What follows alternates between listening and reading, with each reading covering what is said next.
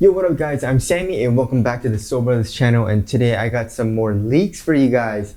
So I already did some videos of the PG4. We already know what it's going to look like, but we had some official pictures now, and we have the actual tech. We know what the cushion is going to be. I wasn't going to do another leak video, but this is pretty dope and this is pretty important information for the PG4.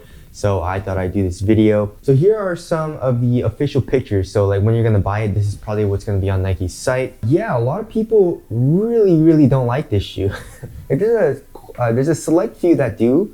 You guys think it's okay, or it looks pretty cool. But most of you guys on the Instagram comments hate this shoe. So I mean, yeah, it is true that it does look like a water shoe or something like that. And then it has that shroud over it. It just looks weird. It kind of looks like a kid's shoe or something like that. I don't know, maybe we'll need a different colorway or something, you know? As far as the traction goes, we've already seen what the traction is gonna look like. You have equal signs, you know, going perpendicular to one another. And then you have some circles, but it's kind of like the 0.2, where it's where the 0.2 was like a half circle.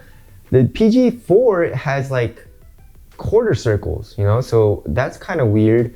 But like I said, I mean, Nike keeps doing this where it's they're giving you really soft and thin rubber, so it doesn't look like it's gonna be very durable. And it kind of reminds me of the Kyrie fly straps. You know how they're using a solid rubber on a part of the shoe, and then they're using a translucent outsole on another part of the shoe. I do like how they're making the translucent on the outside, on the perimeter of the outsole, because I like the way, you know, translucent outsoles look. But then translucent outsoles usually doesn't perform as good as the solid rubber option on dust. So you get the look of translucent, but you get the performance of solid rubber, which is cool. All right, so let's get on to the cushion. So as far as the cushion goes, in the official pictures, the foam, we still don't really know what the foam is. The foam looks kind of, hopefully it's soft, you know, hopefully it's like the PG3, you know? There's this little plastic piece that runs the length of the lateral side on the cushion, and it says Air on the heel. But we got some more exclusive pictures for you guys. And if you look at the actual, you know, the Strobel board, this is what it looks like. And then if you look at the actual insole, it says Air Strobel, which is dope, guys. So that's the, so what I'm thinking is it's the exact same thing that's used in the KD12 and the Zoom Universe. So this is Zoom Strobel.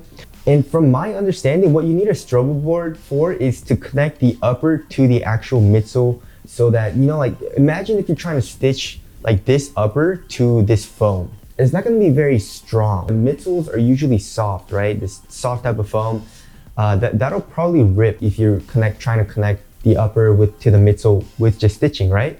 So that's where the Strobel board comes in. It's stiff, they glue it down. It has to be kind of like a stiff thing to stitch, so the stitching doesn't rip through, and when you're putting force and stuff like that onto the shoe. That's my understanding from it. If it's wrong, tell us in the comment section below. But that's what I think it does, and that's why there's a Strobel board in most of the shoes that we have.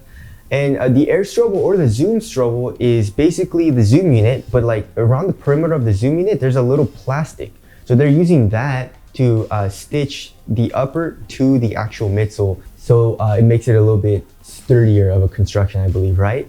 So that's what they're doing with this, but it's Air, Nike Air. And Nike Air is okay. I mean, it's in the Jordan 11. The Jordan 11 use it, you can feel it a little bit, and it's also in the LeBron Witness 3. It's definitely not as crazy as Zoom, but it's better than, I would say, just regular conventional foam. And if it's Air Strobel, which means the actual Nike Air is right underneath your foot, and it's full length, then I think it's gonna feel really nice. It is weird because, you know, looking from this, it's not like Zoom Air Strobel where you can actually see the zoom unit. You can't see, I mean, you can kind of see the outline of the air unit or the Air Strobel, but then there's a cloth material over it. But it doesn't look like it's stiff or glued down or anything. It just looks like a cloth material. And then the insole is over it. That full length Nike Air Strobel combined with hopefully it's a soft cushion, then I think this cushion setup might be really nice. Of course, it can be horrible because we don't really know what Air Strobel is gonna feel like. But you know, I'm thinking it's gonna be super dope. So that's the cushion setup. That's the update that I kind of wanted to show you guys, and as well as the upper. So the upper, you know, we already know there is this little shroud thing over the entire shoe with a zipper, and the shroud material looks like a really crappy shit mesh. I really don't like that type of material. And then on the medial side, it's a very ventilated mesh material, which I guess I kind of like. And then you can see that there are eyelets. It kind of acts like a fly wire, but it's more of like a strap material. Hopefully it's free flowing, so when you do tighten the laces, the eyelets actually do tighten over your foot for a better lockdown. But there is this other picture of the actual shroud material inside. It looks like it's a one booty upper, you know?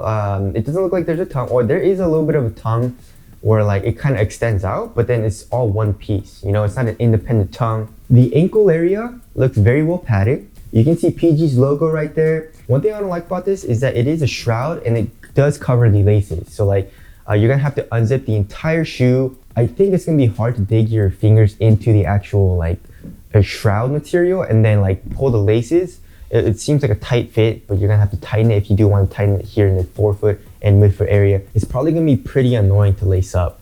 So I don't really like that design, and the mesh material or like the shroud, it doesn't really look like it's gonna be like supportive at all. So there's really no point in it. It just adds a little bit of weight, adds a little bit of bulkiness, and it makes it more annoying to lace up. So I guess it's more of like an aesthetic thing, but I don't really like how it looks. But yeah, those are the updates for the PG4. We're not 100% sure what the price is. The price is probably gonna be around 110, 120 bucks. Release date, I believe, was January 1st. That's what it says on like Foot Locker's like shoe releases or something like that on their site. So January 1st, keep that date in mind if you are interested in the PG4. I think it's gonna be a really good performer. It's just not a great looking shoe. So anyways, now that we know what the cushion is, tell us your thoughts on this shoe. Do you think it's gonna perform well? And again, what do you guys think of the aesthetics? But that's it. Thank you guys for watching, and I'll see you guys in the next one.